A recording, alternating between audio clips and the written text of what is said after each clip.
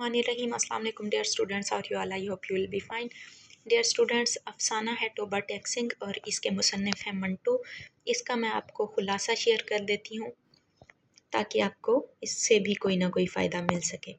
तक़सीम हिंद के चंद साल बाद दोनों मुल्कों की हुकूमतों को पाकिस्तान और हिंदुस्तान की हुकूमतों को ख़याल आया कि पागलों का भी तबादला किया जाए, यानी पागल खाने से हिंदू पागल हिंदुस्तान और मुसलमान पागल पाकिस्तान के पागल खानों में मुंतकिल कर दिए जाएं।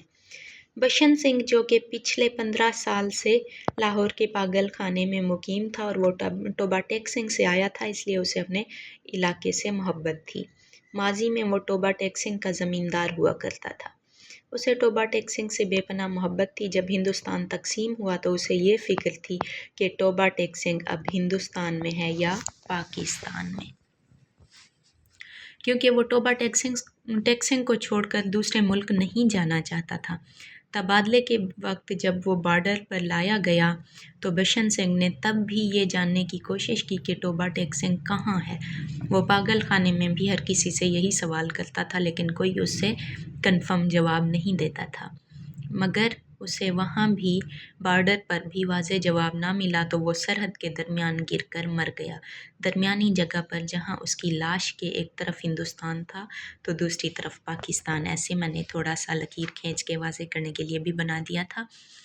ये मैं जब पढ़ती थी ना तो इंटरव्यू की तैयारी के लिए अफसानों के फिर मैं खुलासे लिख दिया करती थी, ताकि बाद में थोड़े बहुत भूल जाते हैं तो बंदा रिव्यू कर लेता है। पूरे अफसाने दोबारा नहीं पढ़े जा सकते। थोड़ा बहुत जब मैं देखती थी तो मुझे पूरा उसका थीम समझ में आ जाता था, इसलिए मैंने सोचा आप लोगों के साथ भी शेयर कर दूं ताकि आपको भी थोड़े से वक्त में बहुत ज़्यादा फ़ायदा हो सके।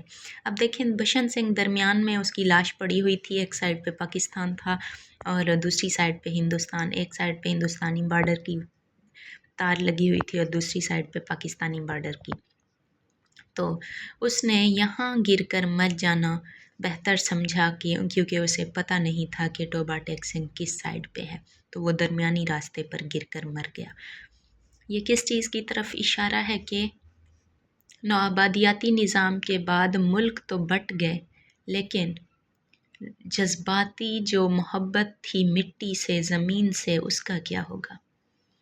अगर आपको मेरे इन नोट से कहीं सा भी थोड़ा सा भी फ़ायदा हो तो मुझे दुआ दे दीजिएगा। टेक केयर, अल्लाह हाफ़िज़।